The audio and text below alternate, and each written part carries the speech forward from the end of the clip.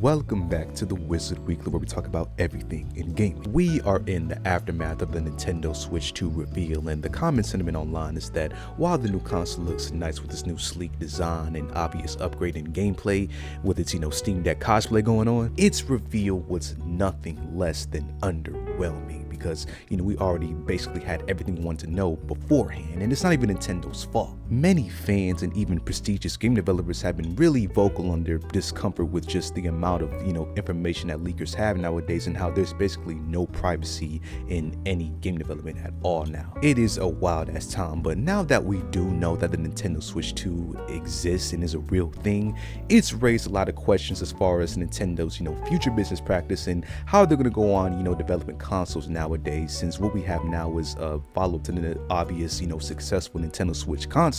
But where does it go from here? Because even though Switch 2 is the obvious answer to all of Nintendo Switch's original problems, and many analysts believe this is 100% the right move, for the longtime Nintendo fans, it can feel like we're getting the exact same recipe, just at a different and easier to read font. And that's just coming from a company that's been known for innovating all their console releases, like going from the GameCube to the Wii era to the not every console, but they then perfected their formula with the 2017 Nintendo Switch, and it's gone on to become like the third best-selling console of all time.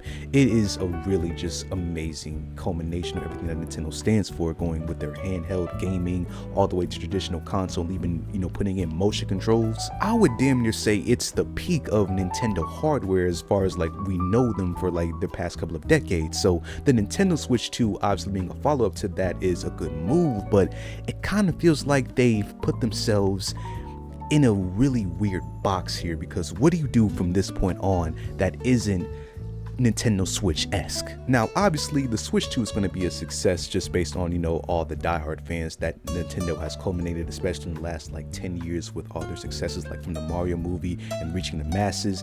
And one of my favorite analysts, Matt Piscatella over on Blue Sky, he claims that he has Nintendo's next hardware selling 4.3 million units in 2025. Now obviously that is amazing numbers. I'm not trying to knock that, because selling 4.3 million of anything is a blessing, but comparing that to the Nintendo Switch when we first got that and didn't really have anything like that at the time, it sold 15 million units in its first year. And again, that's not to say that Matt Piscatella is right in that he knows exactly what this freaking console that hasn't even been released yet is going to sell, but just off principle, it's kind of feeling like Nintendo is really in a really weird spot. Now, of course, like any console, the Switch 2 success really depends on, what exclusive games they have in its library that'll entice, outside diehard fans to buy into this console, because many people I know for Christmas just got a Nintendo Switch OLED for the first time. So I doubt that they're gonna, phase out making all these new games for the Nintendo Switch 1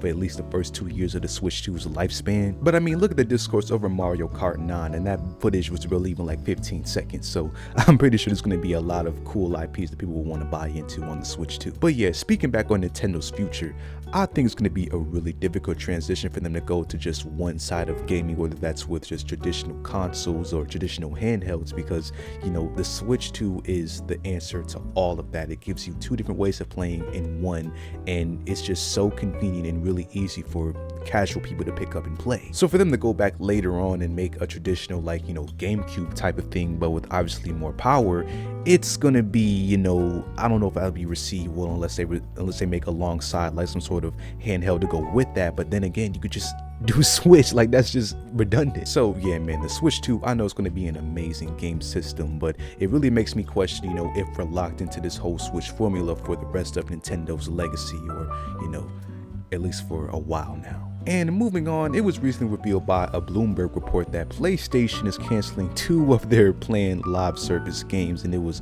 officially confirmed by a spokesperson from the company. And this is way after like the report from years ago that they claimed they had like dozens of different live service games trying to capitalize on the live service market and how it's booming right now.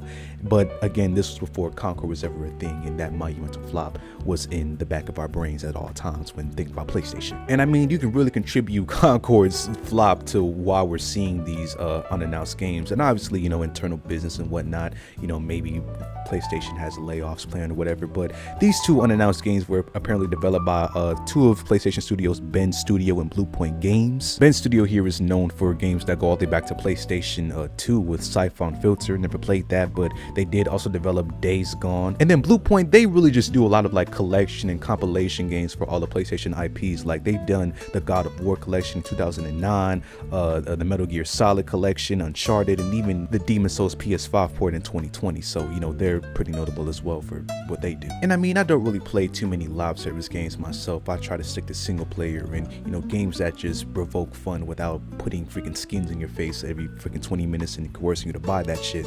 But they even rumored that one of these games was supposed to be a God of War live service game, and I'm hearing that, I'm so glad that this got canceled, because what? I just think that there's some games that would have a really difficult transition from going from being known as a single player IP to a multiplayer one, especially a live service multiplayer one. Like in a God of War franchise, who else would you want to play as than the God of War? Like canonically, Kratos kills all of the gods damn near, so it's like you can't play as those gods. So who would you want to play as in that universe other than Kratos or maybe Atreus and whatnot? Like that's just really, I'm glad that's gone and done away with it. That was real. But yeah, we already know that they shut down the Last of Us online game that was rumored a couple years ago, obviously Concord. So PlayStation, they're having a hard time outside of Helldivers 2 captivating the live service audience like they want to. And you know, in this current gaming industry, it's really a bad thing. Unfortunately, I wish it wasn't, because I don't really enjoy live service games or like that. But you know, look at, my bad, my dog just got up. I thought some shit happened. You know, you gotta look at games like Marvel Rivals right now that is killing it with the live service, you know, mechanics and whatnot. So game developers, they see that and they know that they have to follow up on that just to remain competitive in this current industry, or, you know, get concorded. Moving on, once again, any Steam user out there should be aware of what's being sent to you in your inbox and, you know, what links you click, because clicking links in 2025 is a gamble on basically your whole life now. Like if you click a link, your SSN is just gone. But apparently a new phishing scam is being sent among Steam's user base, and it is pretty convincing, as it gives you access to a false playtest and it sends you to a whole different website, and it looks pretty legitimate because Steam, some games do like to send you like these playtest messages within your inbox. But of course, if you click that link, your device is going to be susceptible to any attacks that the other user might try to pull on you within, you know, your PC. And I mean, Steam already does have this big, you know, you're leaving Steam's website page whenever you click an external link anywhere on the website.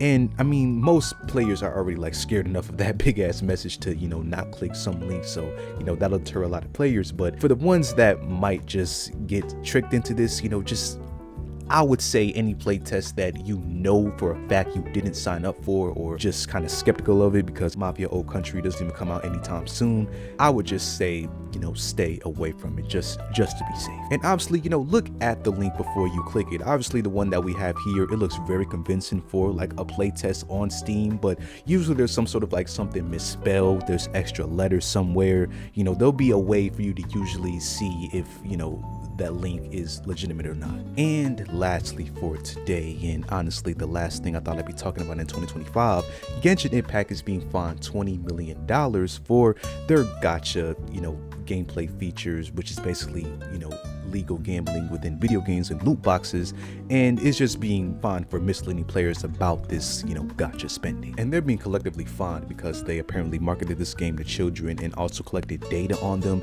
and like I said, you know, just were very misleading about their whole monetization strategies of how their loot boxes work and how it's basically gambling. And not only must they pay the $20 million US fine, but they also got to make some, you know, severe changes to the game and its whole strategy of monetization.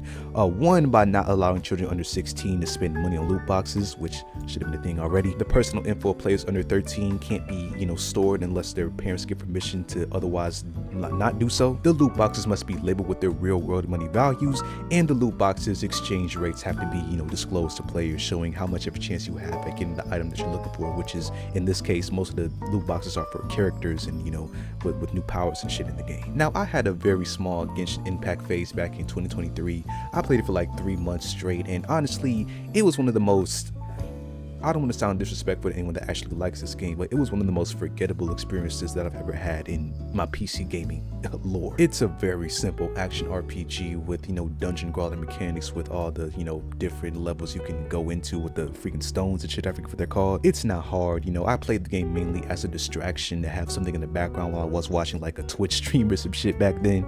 And it just felt like, you know, it took a lot of mechanics from games that I've already played before. So it just was very forgettable. And I mean, true to what we're already discussing here, the game's main appeal, to me at least, was all the different characters with all their abilities that you couldn't get from playing the game vanilla or, you know, not paying money, because all of that stuff was locked behind the gacha paywalls, which I could definitely see, you know, younger people being tricked into wanting to buy those things because it was advertised a lot and it was very, you know, you wanted it in the game. So yeah, I'm definitely glad that they're cracking down on, you know, these in-game purchases and whatnot. You know, Fortnite not that long ago, they had to pay $520 million for, you know, privacy violations and misleading purchases from the past couple of years of the same kind of shit, but, you know, with obviously V-Bucks and whatnot. But yeah, man, that's all I got for today, man. If you enjoyed, leave a like on the video, subscribe, and I will see you guys in the next video.